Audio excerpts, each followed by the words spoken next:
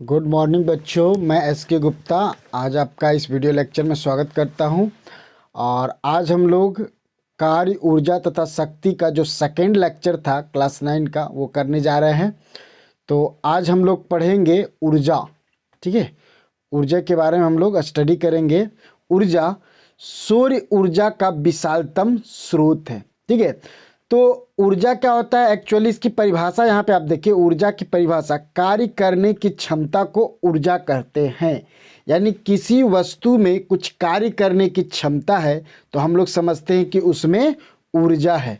और ऊर्जा पूरे पृथ्वी पर सबसे ज़्यादा ऊर्जा हम लोग को कहाँ से मिलती है, देखिए सूर्य से।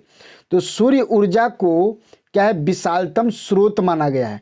ऊर्जा का स्रोत जो है सूर्य को माना गया है, मतलब बहुत बड़े पैमाने पर हमें यहाँ ऊर्जा मिलती है। ठीक है, तो ऊर्जा का स्रोत क्या है, सूर्य। ठीक है, ऐसा जरूरी नहीं कि सारी ऊर्जा वहीं से, लेकिन बड़े पैमाने पर हमको ऊर्जा सूर्य से मिलती है। ठीक है, इसीलिए इसको विशालतम स्रोत के रूप में माना जा सकता है। और भी बहुत जगह से हम लोग को ऊर्जा मिलती है, लेकिन अभी हम लोग ये चीज़ है। ठीक है, एक सूर्य एक बड़े पैमाने पर है। अब देखते हैं, अधिकतर ऊर्जा स्रोत सूर्य से उत्पन्न होते हैं।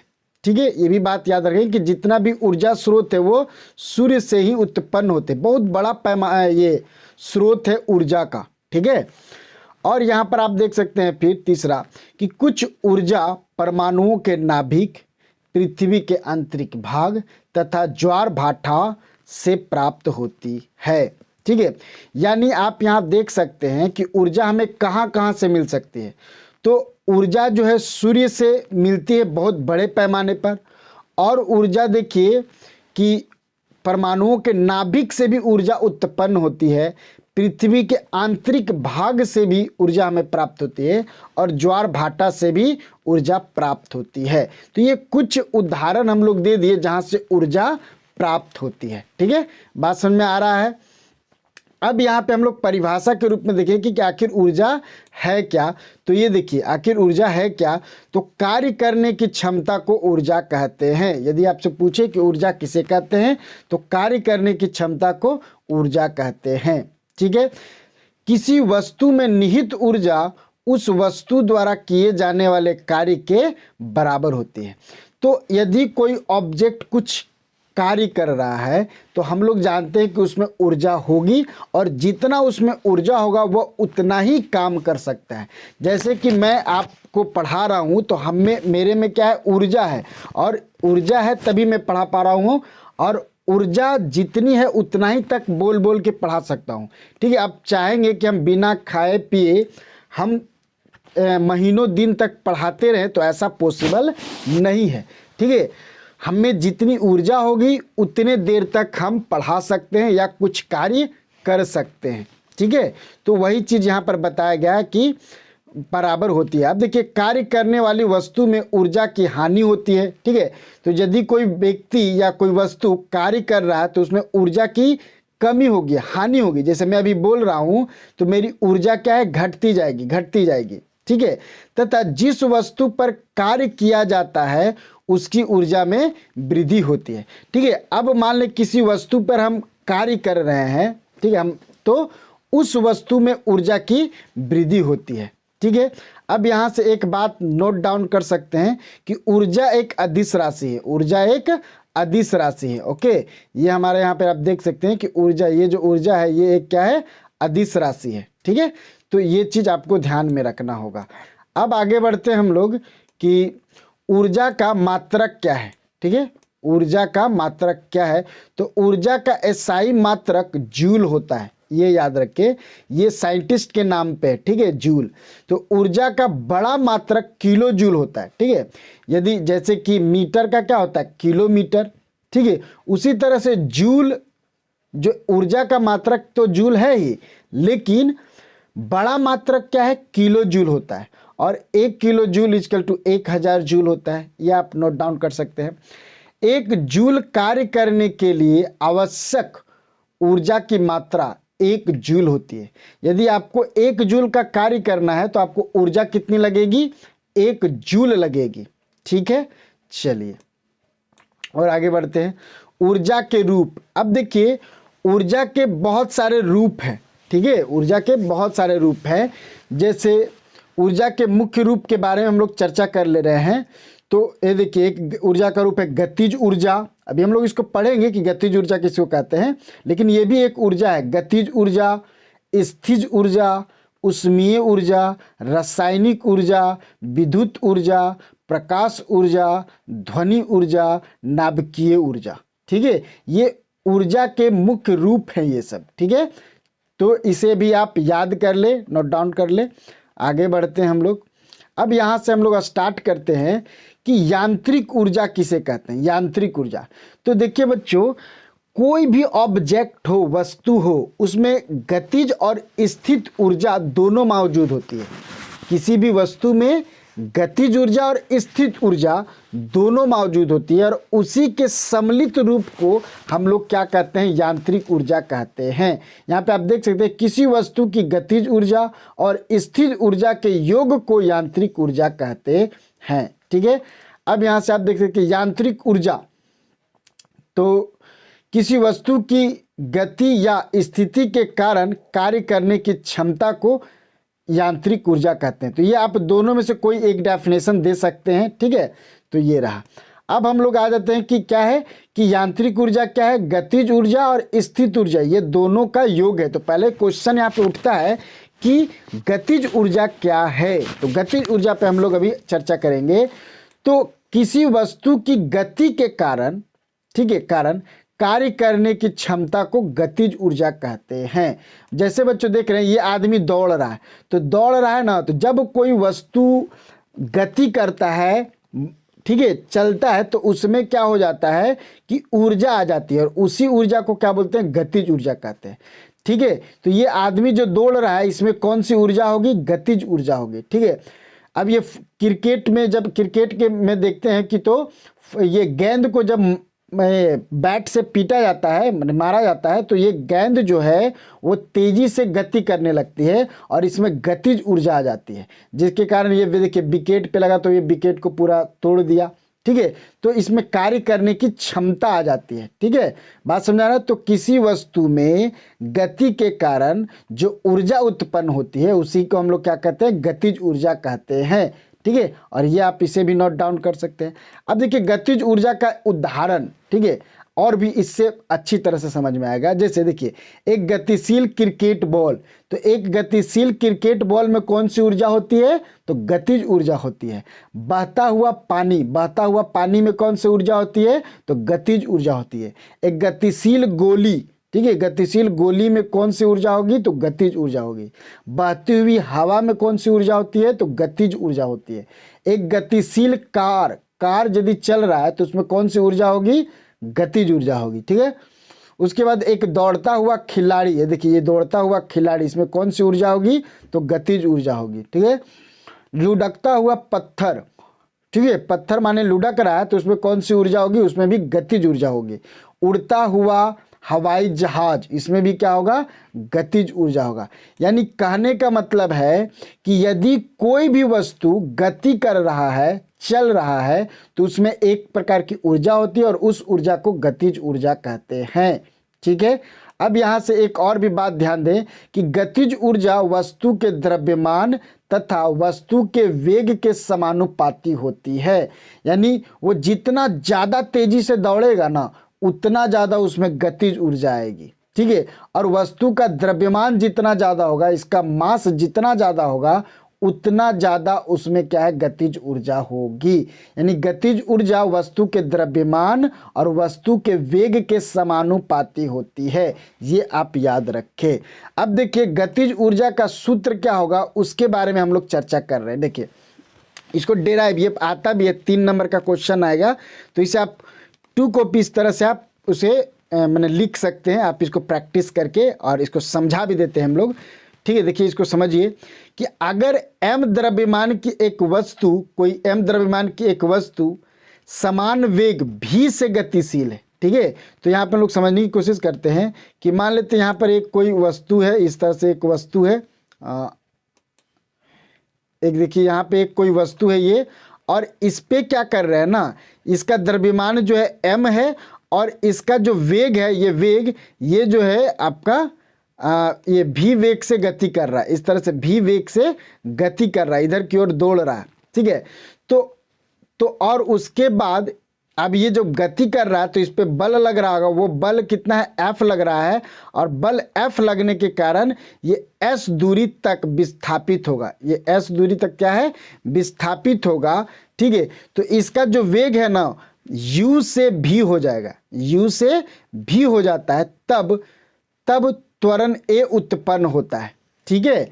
तो अब देखिए इसके बारे में, तो किया गया कार्य क्या होगा, एक वस्तु पे बल लगा, अभी हम बताएं कि कोई एक वस्तु है ये, और इस वस्तु पे फोर्स लग रहा है, देखिए F बल लग रहा है, जिसके कारण ये गति कर रहा है, और कितना गति किया, तो S दूरी तय किया, और इसका जो वेग है ना U से भी हो गया है, तो जिसके कारण इसमें त्वरण भी आ जाएगा, ठीक है। तो अब देखिए यहाँ पे इस वस्तु द्वारा किया गया कार्य W होगा, और W इक्वल टू क्या होगा, फोर्स इंटू डिस्प्लेसमेंट, ये S क्या है, डिस्प्लेसमेंट है, ये इक्वेशन 1। अब इस पे जो फोर्स लग रहा होगा उसका फॉर्मूला क्या होगा, F इक्वल टू ma, ये पहले भी हम लोग पढ़ चुके हैं कि फोर्स इक्वल टू क्या होता है, ma होता है, ठीक है। और ma यह हो गया, अब S इक्वल टू निकालेंगे, देखिए यहाँ पे, तो एक गति का समीकरण है v square minus you square equal to 2as। अब यहाँ से s का वैल्यू आप निकाल लें, भी square minus you square by 2a, ठीक है। अब यहाँ से s का वैल्यू और यहाँ से m का वैल्यू दोनों यहाँ पे पुट कर देंगे, समीकरण 1 में पुट कर देंगे, तो मेरा देखिए क्या आता है, तो आता क्या है, यहाँ पे आप देख सकते हैं w equal to ma into V square minus you square by 2a, ठीक है। तो अब यहाँ से देखिए ये a और ये a क्या कट जाएगा, ये कट जाएगा, तो आएगा क्या मेरा m इंटू भी का स्क्वायर माइनस यू का स्क्वायर बाई 2a, ठीक है। अब यहाँ पे ये लिख सकते हैं 1/2 m v square minus you का स्क्वायर, ठीक है। अब यहाँ पे देखिए यदि वस्तु विराम में है, अवस्था से चलना शुरू करे, तो क्या होगा कि u इक्वल टू 0 होगा। मान लें कि वो वस्तु शुरू में रुका हुआ है, उस पर फोर्स लगा तो और वो चलने लगा, तो शुरू में उसका वेग कितना होगा, 0, भी 0 नहीं होगा, u 0 होगा। तो यहाँ पे u जब 0 हो जाएगा तो मेरा फार्मूला क्या आ जा रहा है, आप यहाँ से देख सकते हैं w equal to half m v square, half m v square. और इसी कार्य को तो हम लोग क्या बोल रहे हैं, ये जो ऊर्जा है, जो कार्य करने के बाद जो ऊर्जा आई उसी को क्या बोल रहे हैं हम लोग, काइनेटिक एनर्जी बोल रहे हैं। तो k यहाँ पे E और नीचे में k दे दिए, काइनेटिक एनर्जी यानी गतिज ऊर्जा। गतिज ऊर्जा का फॉर्मूला क्या है, हाफ m भी स्क्वायर, ठीक है। तो ये मेरा फार्मूला हो गया, ठीक है। अब आगे बढ़ते हैं कि देखिए एक उदाहरण से इसको और समझते हैं कि 15 kg द्रव्यमान की एक वस्तु है जो 4 मीटर पर सेकेंड के एक समान वेग से गतिशील है, ठीक है। एक वस्तु है, मान लो वही वस्तु, एक वस्तु मान लेते हैं हम लोग कि यहाँ पे एक देखिए ये एक वस्तु है और ये वस्तु का वजन कितना है, 15 kg है, और 4 मीटर पर सेकेंड के स्पीड से ये दौड़ रहा है, चल रहा है। तो इसकी गतिज ऊर्जा क्या होगी, तो फार्मूला से निकाल सकते हैं हम लोग। देखिए द्रव्यमान इक्वल टू 15 kg, वस्तु का वेग 4 मीटर दे दिया है, 4 मीटर पर सेकेंड, और गतिज ऊर्जा का फार्मूला क्या है, हाफ m भी स्क्वायर। तो यहाँ पे देखिए हाफ m के जगह पर 15 kg और v के जगह पर 4 मीटर, ठीक है, इंटू 4 मीटर। देखिए v का स्क्वायर तो 4 मीटर 4 मीटर, और जब इसको हम कैलकुलेट करेंगे तो कितना आएगा, 120 जूल आएगा, 120 जूल आएगा, ठीक है। तो वस्तु की गतिज ऊर्जा इतनी होगी, ये हमारा उत्तर रहा। अब आगे हम लोग बढ़ते हैं और आगे देखते हैं, ठीक है, स्थिज ऊर्जा क्या है, स्थिज ऊर्जा के बारे में बात करते हैं। तो स्थित ऊर्जा क्या होता है बच्चों, कि जो कोई भी वस्तु पृथ्वी से जितना ज़्यादा ऊंचा ऊपर उठता है ना, तो उसमें एक ऊर्जा उत्पन्न हो जाती है, ठीक है, उसी को स्थिज ऊर्जा बोलते हैं, ठीक है। तो जैसे कि अब यहाँ से हम लोग देख सकते हैं कि तो जैसे कि स्थिज ऊर्जा समझने की कोशिश करते हैं हम लोग। मान लेते हैं कि ये मेरा देखिए ये इस तरह से ये पृथ्वी है, ठीक है, और पृथ्वी के देखिए ऊपर में, ये देखिए इतना ऊपर में कोई एक वस्तु रखा गया, ये इतना ऊंची तक एक वस्तु को उठा दिया जाता है। तो इस वस्तु में क्या है ना, ऊर्जा आ जाएगी, और इस ऊर्जा को बोलते हैं हम लोग स्थिज ऊर्जा, ठीक है, देखिए परिभाषा से समझने की कोशिश करते हैं कि किसी वस्तु में वस्तु की स्थिति या इसके आकार में परिवर्तन के कारण जो कार्य करने की क्षमता होती है उसे स्थिज ऊर्जा कहते हैं। ठीक है, बात समझ में आ रहा है। तो इसकी स्थिति यदि बदल देते हैं तो इसमें ऊर्जा आ जाएगी, इसके आकार बदल देते हैं तो इसमें ऊर्जा आ जाएगी, और उस ऊर्जा को ही क्या बोलेंगे हम लोग, स्थिज ऊर्जा कहते हैं। ठीक है, बात समझ में आ रहा है। तो हम लोग क्या करते हैं, स्थिति का मतलब क्या है, नीचे से ऊपर उठा दिए तो इसका क्या हो गया, स्थिति बदल गया। ठीक है, तो ये रहा। अब देखिए उदाहरण में देखिए कि बांध में जमा किया गया पानी, तो डैम बनाकर क्या करते हैं हम लोग, पानी को जमा करते हैं। पानी को जमा करते हैं तो पानी का लेवल क्या ऊपर उठ जाता है, पानी का लेवल ऊपर उठ जाता है, जिसके कारण पानी में कौन सी ऊर्जा आ जाती है, स्थिज ऊर्जा आ जाती है। ठीक है, जैसे आप यहाँ पर देख सकते हैं, यह पृथ्वी से ऊंची स्थिति के कारण टरबाइन को घुमा सकता है। अब उस पानी को यदि हम लोग छोड़ेंगे ना तो वो क्या करता है, उसमें स्थित ऊर्जा होता है, और वही स्थित ऊर्जा जब अचानक पूरा ये क्या करते हैं हम लोग बच्चों कि देखिए यहाँ पे, जैसे कि अब लोग हम यहाँ पे देखते हैं कि इस तरह से मान लेते हैं ये पूरा का पूरा ये बांध है। ठीक है, और ये बांध है, और सॉरी इसको देखते हैं,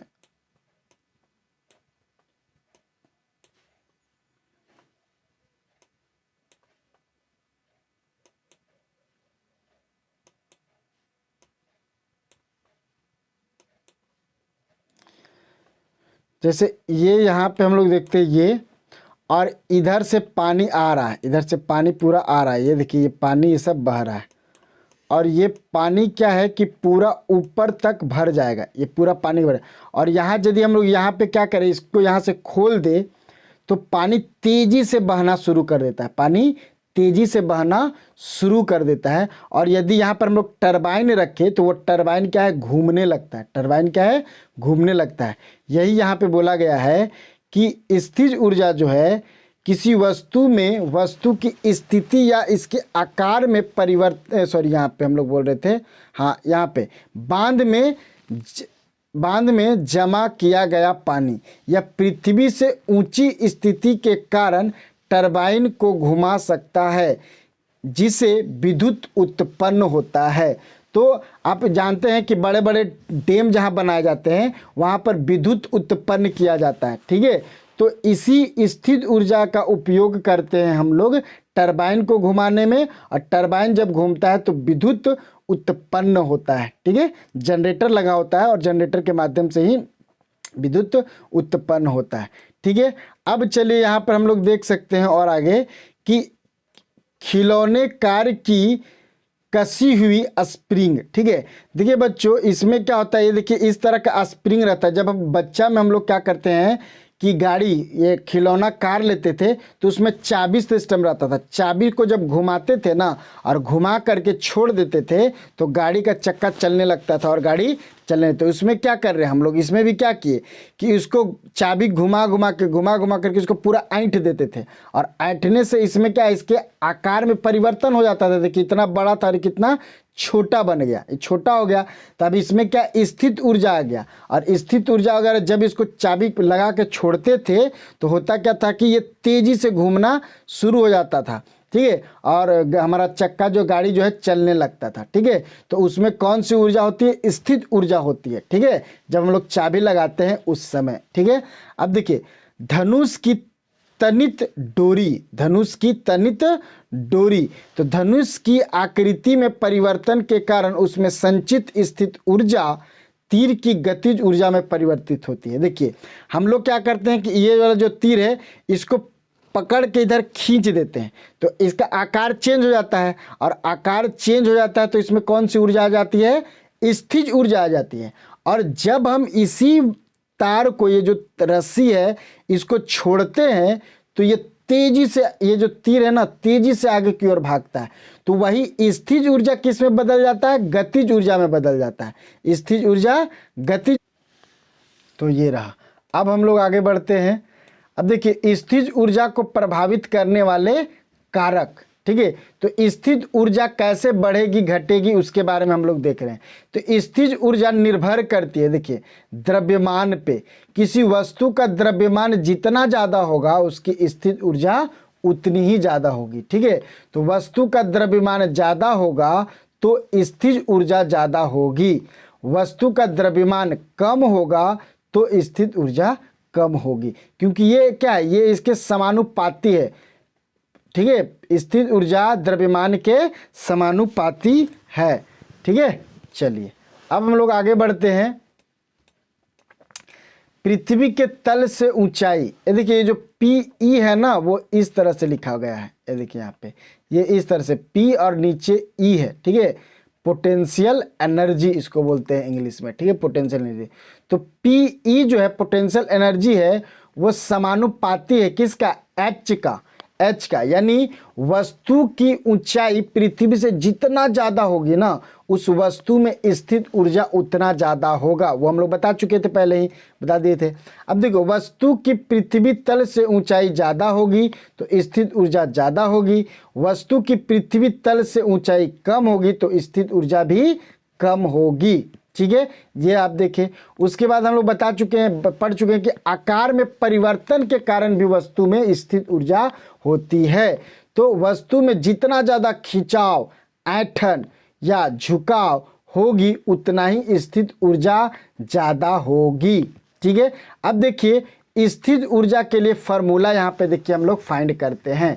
तो आप यहाँ पे देख सकते हैं बच्चों कि ये वस्तु जो है A बिंदु पर है और इसको उठा करके B बिंदु पर ले गए। तो देखिए यहाँ पे हाइट कितना हो गया, H हाइट का हो गया।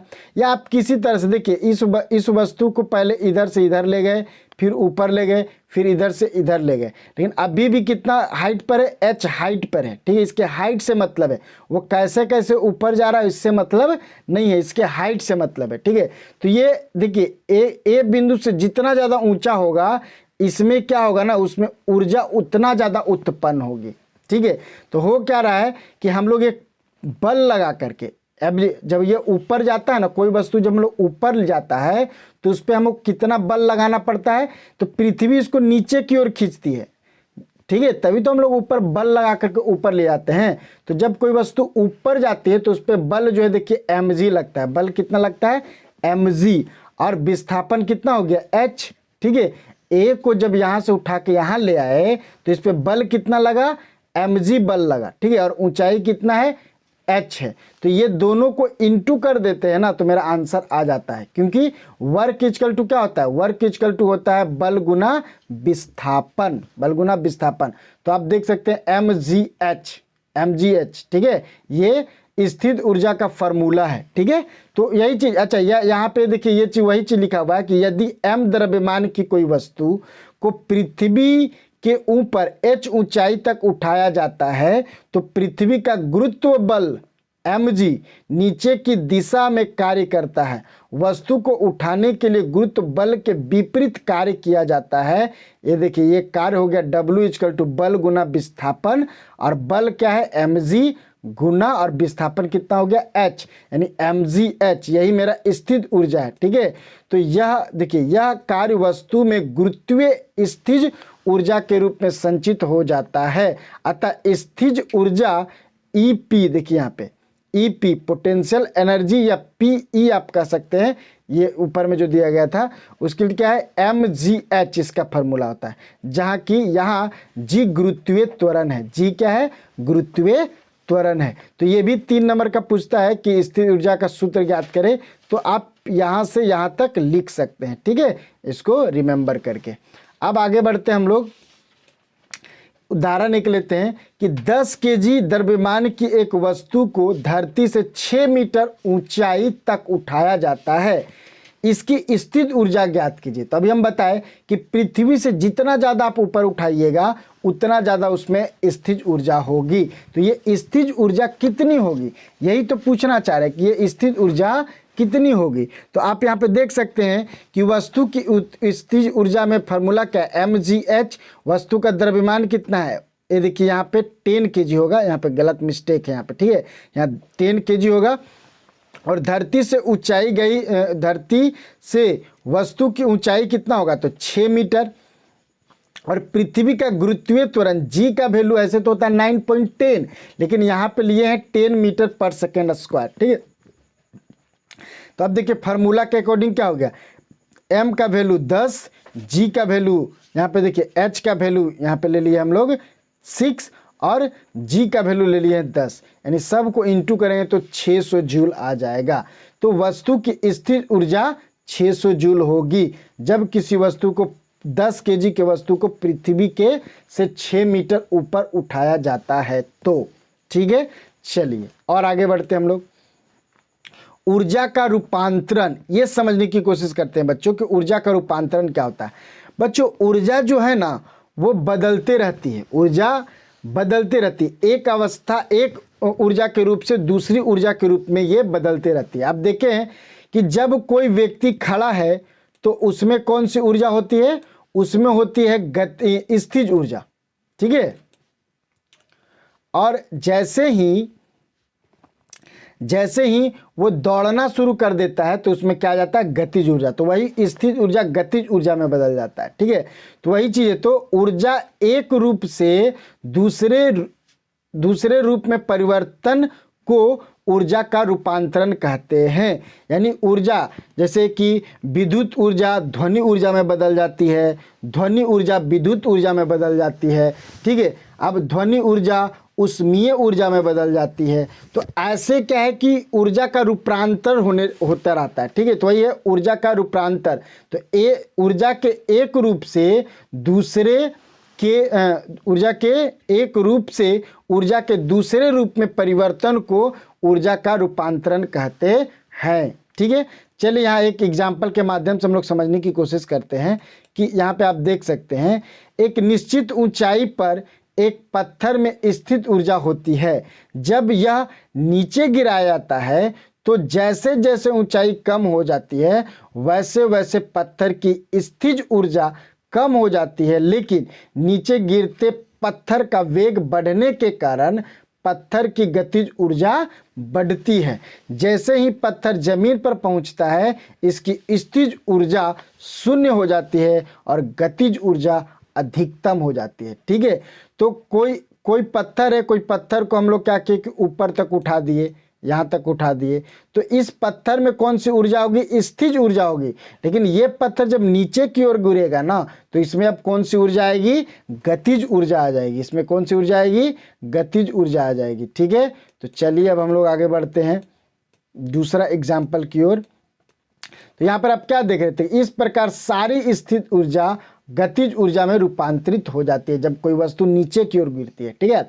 अब देखिए पन बिजली घर माने हाइड्रो इलेक्ट्रिक पावर हाउस, जहाँ से बिजली, पानी से बिजली उत्पन्न होता है, ठीक है।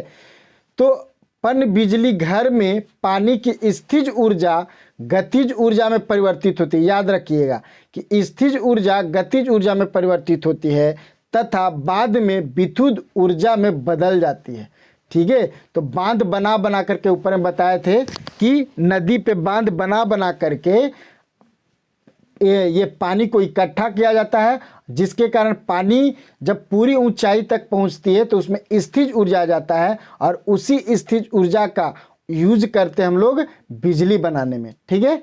चलिए अब आगे बढ़ते हैं। और तापीय बिजली घर थर्मल पावर प्लांट हाउस, ठीक है। तो इसमें भी कोयले की रासायनिक ऊर्जा उष्मीय ऊर्जा में परिवर्तित होती है और यही उष्मीय ऊर्जा गतिज ऊर्जा तथा विद्युत ऊर्जा में रूपांतरित होती है, ठीक है। तो यहाँ से रूपांतर आप याद रख सकते हैं, ठीक है, कि थर्मल पावर हाउस में क्या होता है, तो कोयले की जो रासायनिक ऊर्जा है उससे उष्मीय ऊर्जा मिलता है और उष्मीय ऊर्जा गतिज ऊर्जा तथा विद्युत ऊर्जा में रूपांतरित हो जाता है, ठीक है। तो ये आपका रूपांतर हो गया। उसके बाद पौधे प्रकाश संश्लेषण की क्रिया द्वारा सौर ऊर्जा का उपयोग भोजन की रासायनिक ऊर्जा बनाने में करते हैं। तो देख रहे हैं सौर ऊर्जा क्या है, रासायनिक ऊर्जा में परिवर्तित हो जा रहा है। तो ऊर्जा का रूपांतरण हो रहा है यहाँ पे, ठीक है। चलिए अब एक अलग पढ़ेंगे यहाँ ऊर्जा का संरक्षण का नियम, ठीक है। ऊर्जा का रूपांतरण होता है। ऊर्जा ना तो नष्ट की जा सकती है और ना ही तो इसे बनाया जा सकता है। इस बात को आप ध्यान रखें, ठीक है। तो जब ऊर्जा एक रूप ऊर्जा के दूसरे रूप में रूपांतरित होता है तब कुल ऊर्जा की मात्रा अचर होती है। जैसे बच्चों कि यदि कोई विद्युत ऊर्जा जो है वो हीट ऊर्जा बन रहा है, ठीक है। इलेक्ट्रिक ऊर्जा जो है वो क्या बन रहा है कि विद्युत ऊर्जा बन रहा है। इलेक्ट्रिक यानी विद्युत ऊर्जा उष्मीय ऊर्जा बन रहा है। तो ऊर्जा के रूपांतरण के दौरान ऊर्जा का नाश नहीं होता है और ना ही तो वृद्धि होती है। यानी कहने का मेरा मतलब है कि यदि हम लोग क्या करते हैं कि 1 जूल ऊर्जा का रूपांतरण करते हैं तो जो दूसरा ऊर्जा बना ना वो भी 1 ही जूल का होगा। ये कहने का अर्थ है। यानी ऊर्जा कभी भी देखिए, ऊर्जा की ना तो उत्पत्ति हो सकती है और ना ही विनाश होता है। ऊर्जा को ना तो हम लोग बना सकते हैं और ना ही तो उसका विनाश कर सकते हैं। ये होता है ऊर्जा संरक्षण का नियम, ये याद रखिए आप। हालांकि ऊर्जा रूपांतरण एक दौरान कुछ ऊर्जा बेकार हो जाती है, ठीक है। तो जब भी आप ऊर्जा, जैसे आप चाह रहे हैं कि उष्मीय ऊर्जा को ध्वनि ऊर्जा में बदले, ठीक है, तो हो क्या रहा है कि कुछ ऊर्जा विद्युत ऊर्जा में भी कन्वर्ट हो जा रहा है, कुछ ऊर्जा प्रकाश ऊर्जा में बदल जा रहा है। तो इस तरह से ऊर्जा का रूपांतर होगा। लेकिन सभी ऊर्जा को आप यदि जोड़िएगा ना तो वो ऊर्जा क्या है, सेमी होगी, ठीक है। ये ऊर्जा सेमी होगी, ठीक है। चलिए, इसलिए लिखा गया है हो जाते हैं, लेकिन निकाय की कुल ऊर्जा अपवर्तित रहती है। यानी ऊर्जा ना तो बनाया जा सकता है और ना ही तो उसका विनाश किया जाता है। चलिए अब देखते हैं, जैसे एक और चीज़ यहाँ पर हम लोग समझते हैं, एक वस्तु के मुक्त पतन के समय ऊर्जा का संरक्षण। तो मुक्त पतन क्या है, ये देखिए बच्चों कि यहाँ पे ये बॉल है और ये बॉल नीचे की ओर गिर रहा है, ठीक है। तो यहाँ पर जब बॉल है ना तो देखिए इसकी, मान लेते हैं कि इसकी स्थिज ऊर्जा कितना है, 20 जूल है। तो जब इसकी स्थिज ऊर्जा यहाँ पर 20 जूल है, जो कि यहाँ पे ये रुका हुआ है, तो इसका गतिज ऊर्जा कितना होगा, 0 जूल होगा। अब ये दोनों को जोड़ेंगे तो कितना आ जाएगा, 20 जूल। अब देखिए जब ये बॉल नीचे गिरा तो इस पर गति आ गया, तो गति आ गया तो इसमें स्थिज ऊर्जा थोड़ा सा कम हो जाएगी, 15 जूल, और गति के कारण इसमें 5 जूल ऊर्जा बढ़ गया, ठीक है। 0 से 5 बढ़ गया, ठीक है। अब ये दोनों को भी आप जोड़िएगा तो कितना आएगा, 20 जूल आएगा, ठीक है। फिर इसी तरह से और ये नीचे आया तो इसकी स्थिज ऊर्जा कम हो गई 10 जूल, लेकिन गतिज ऊर्जा बढ़ गई 10 जूल। अब दोनों को जोड़ेंगे तो कितना आ जाएगा, 20 जूल हो जाएगा। अब ये और नीचे आ गई, देखिए यहाँ पे आया तो इसकी स्थिज ऊर्जा कम हो गई 5 जूल और गतिज ऊर्जा बढ़ गई 15 जूल, लेकिन अभी भी जोड़ेंगे तो कितना आ जाएगा, 20 जूल। उसी तरह से जब ये नीचे गिर जाता है पूरी तरह से धरती पे तो इसकी गतिज ऊर्जा, स्थिज ऊर्जा 0 हो जाती है और गतिज ऊर्जा सबसे ज़्यादा होता है, देखिए ये सबसे ज़्यादा होता है। अब ये दोनों को जोड़ेंगे तो क्या होगा, 20 जूल। यानी हर स्थिति में क्या हो रहा है, 20 जूल आ रहा है। यानी स्थिज ऊर्जा और गतिज ऊर्जा का योग कितना है, एकदम अचर है। जितना था पहले, देखिए पहले 20 था तो बाद में भी 20, बाद में भी 20, बाद में भी 20। तो इसी को बोलते हैं कि ऊर्जा संरक्षित रहती है, ठीक है। ऊर्जा संरक्षित रहती है, ऊर्जा का संरक्षण, तो ऊर्जा का नाश नहीं होता है और ना ही इसे में वृद्धि होती है, ठीक है। ये याद रखें आप। तो यहाँ से आप देखिए m द्रव्यमान की वस्तु में h ऊंचाई तक स्थित ऊर्जा mgh होता है, ये आप रखें फॉर्मूला के तौर पर याद। और जैसे वस्तु नीचे गिरती है ऊंचाई h घटती है और स्थित ऊर्जा भी घटती है, ठीक है। ऊंचाई h पर गतिज ऊर्जा 0 थी, लेकिन वस्तु के नीचे गिरने के समय यह बढ़ती जाती है, ठीक है। मुक्त पतन के लिए समय किसी भी बिंदु पर स्थित ऊर्जा और गतिज ऊर्जा का योग समान रहता है, जो कि हम लोग यहाँ पे बता चुके हैं, ठीक है। तो ये देखिए गतिज ऊर्जा प्लस स्थिज ऊर्जा दोनों को जोड़ेंगे तो क्या आएगा, कांस्टेंट आएगा, अचर आएगा। यानी ये बदलने वाला नहीं है, ये आप याद रख सकते हैं, नोट डाउन कर सकते हैं। चलिए और आगे बढ़ते हैं हम लोग। अब देखिए बच्चों शक्ति, ये देखिए क्या है, तो कार्य करने की दर को, यानी 1 सेकेंड में आप कितना ऊर्जा खर्च कर सकते हैं, कितना आप कार्य कर सकते हैं, ठीक है, 1 सेकेंड में। तो कार्य करने की दर शक्ति कहलाती है। ठीक है, तो कार्य करने के दर को शक्ति कहते हैं। यहाँ से आप लिख सकते हैं कार्य करने के दर को शक्ति कहते हैं, या ऊर्जा रूपांतर की दर को शक्ति कहते हैं। ठीक है, ये याद रखें। इसका फॉर्मूला क्या होता है, शक्ति इजकल टू किया गया कार्य बटा समय, यानी P इजकल टू W/T। ठीक है, तो W क्या है, P क्या है, T क्या यहाँ पर देखें, तो P इजकल टू शक्ति, P क्या है, शक्ति है, पावर है, W क्या है, तो कार्य है, किया गया कार्य, और T क्या है, तो लिया गया समय।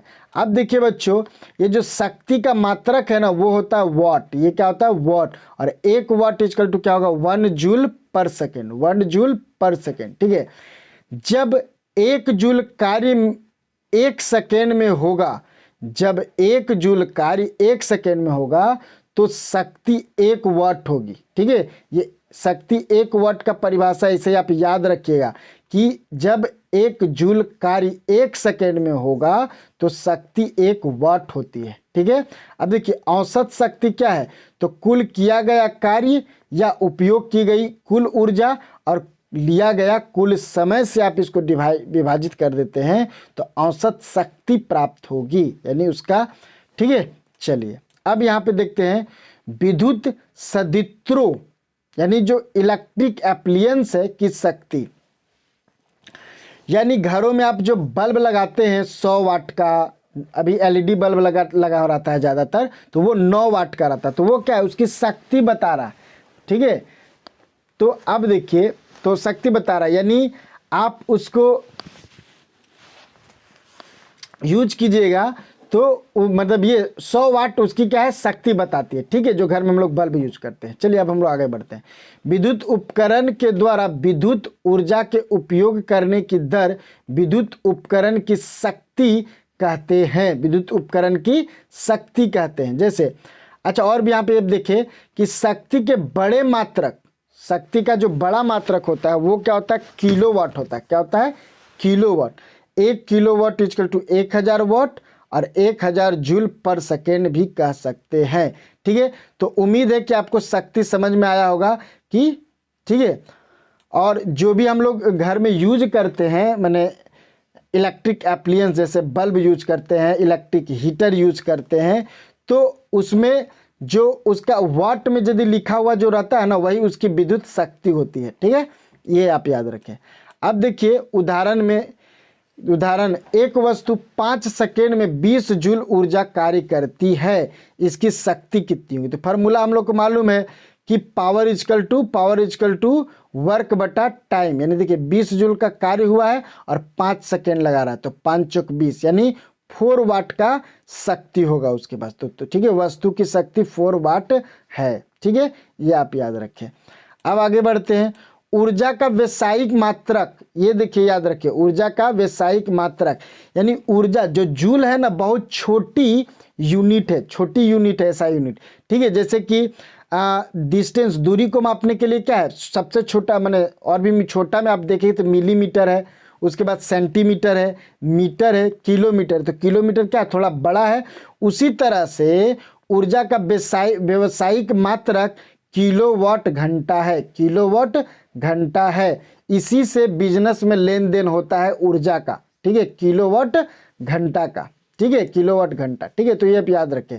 तो किलोवाट घंटा, जब 1 किलोवाट शक्ति की विद्युत उपकरण 1 घंटे के लिए उपयोग लाया जाता है, तब 1 किलोवाट घंटा ऊर्जा व्यय होती है।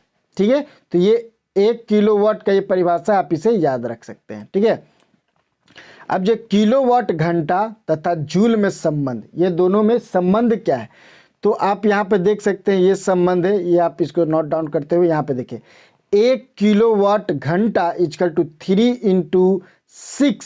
3.6 इंटू 10⁻6 जूल, और इसी को बोलते हैं 1 यूनिट। तो ये संबंध है आपका। ठीक है, तो आप यहाँ से इसे नोट डाउन कर सकते हैं संबंध में। ये आप राइट कर ले, और राइट करके फिर यहाँ से ये देखिए, ये कैलकुलेट करके यहाँ से ये निकाला गया है। ठीक है, चलिए अब एक एग्जाम्पल देखते हैं कि 60 वाट का एक बल्ब प्रतिदिन 6 घंटा उपयोग किया जाता है, तो बल्ब द्वारा एक दिन में खर्च की गई ऊर्जा की यूनिट में परिकल्पना कीजिए। ठीक है, तो एक बल्ब 60 वाट का है और प्रतिदिन कितना चलता है, 6 घंटा चलता है। तो हम लोग को फार्मूला मालूम है कि ऊर्जा इजकल टू शक्ति इंटू लिया गया समय, शक्ति इंटू लिया गया समय। तो शक्ति कितना था, 60 वाट।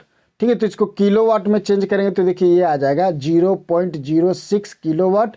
और टाइम कितना लगा, 6 आवर। ठीक है, 6 घंटा।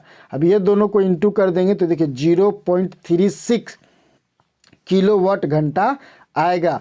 ठीक है, यूनिट के तौर पे लगे तो ये आपका आएगा 0.36 यूनिट होगा। तो बल्ब द्वारा 0.36 यूनिट खर्च की गई। ठीक है, ये ऊर्जा। ठीक है, तो अब तो प्रश्न बैंक है। अब ये तो आज हमारा जो चैप्टर है यहीं पर समाप्त होता है। उम्मीद है कि आपको अच्छे से समझ में आया होगा। धन्यवाद।